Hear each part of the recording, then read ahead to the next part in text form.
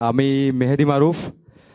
আমার প্যানেলের নাম রাকসু ফর রেডিক্যাল চেঞ্জ। এই প্যানেল থেকে আমি ভিপি পদপ্রার্থী। আমাদের যেই স্লোগান হচ্ছে United for students committed to change. আমরা পরিবর্তনের কথা বলছি। আমাদের বিশ্ববিদ্যালয়ের গুলোর এমন অবস্থা যে সর্বাঙ্গে ব্যথা ঔষধ দিব কথা।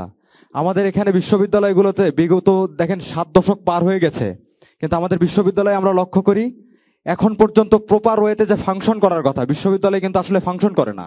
আমাদের বিশ্ববিদ্যালয় একটা অটোনমাস বডি, স্বায়ত্তশাসিত বিশ্ববিদ্যালয়, কিন্তু আমরা লক্ষ্য করি এখানে অতীতে যত রাজনৈতিক প্রভাব আছে সবকিছু কিন্তু বিশ্ববিদ্যালয়ে প্রভাবিত করে। তো আমরা বিশ্ববিদ্যালয়ের মোটা দাগে যে কাজগুলো করতে চাই, আপনারা জানেন যে আমাদের বিশ্ববিদ্যালয়ের সবচেয়ে বড় সমস্যা যেটা মাদার অফ অল প্রবলেমস, যেটা 7 দশকে আমরা শিক্ষার্থীরা পাইনি এখন পর্যন্ত। আমরা এখন পর্যন্ত বাহিরে থাকি, শিক্ষার্থীরা এই ফ্যাসিলিটিস পাচ্ছে না। তো সেই জায়গা থেকে আমরা বিশ্ববিদ্যালয় প্রশাসনের সাথে আমরা আলোচনার মাধ্যমে আমরা পূর্ণাঙ্গ আবাসিক বিশ্ববিদ্যালয়ের একটি মাস্টার প্ল্যান করতে চাই। তারপর আমাদের বিশ্ববিদ্যালয়ে আপনারা জানেন যে একাডেমিয়া ইন্ডাস্ট্রিয়া সম্পর্কের যথেষ্ট অভাব রয়েছে।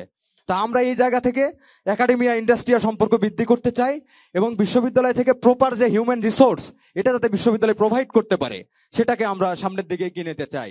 আপনারা জানবেন যে রাজশাহী বিশ্ববিদ্যালয় মূলত তৈরি হয়েছিল যে উত্তরবঙ্গের যে মানুষ আছি আমরা, সেই উত্তরবঙ্গের মানুষদের জীবনের পরিবর্তনের কথা চিন্তা করে। কিন্তু আমরা দেখতে পাচ্ছি আমাদের বিশ্ববিদ্যালয়গুলো কেন জানি এই অঞ্চলের মানুষগুলোকে আমরা ভুলে গেছি। সেই জায়গা থেকে আমরা এই জায়গা নিয়ে কাজ করতে চাই এবং আমাদের বিশ্ববিদ্যালয়ের হলগুলোতে যে সমস্যা আছে, যে আমাদের হলে যে খাবারের মান আছে এটা একদম অযোগ্য।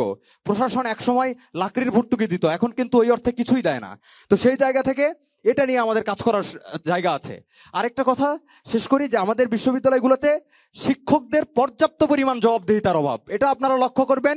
আপনি আপনার ডিপার্টমেন্টে, আমার যত শিক্ষার্থী বন্ধুরা এখানে আছে, আমাদের শিক্ষকদের মধ্যে জবাবদিহিতার অভাব এবং প্রশাসনিক জবাবদিহিতার অভাব।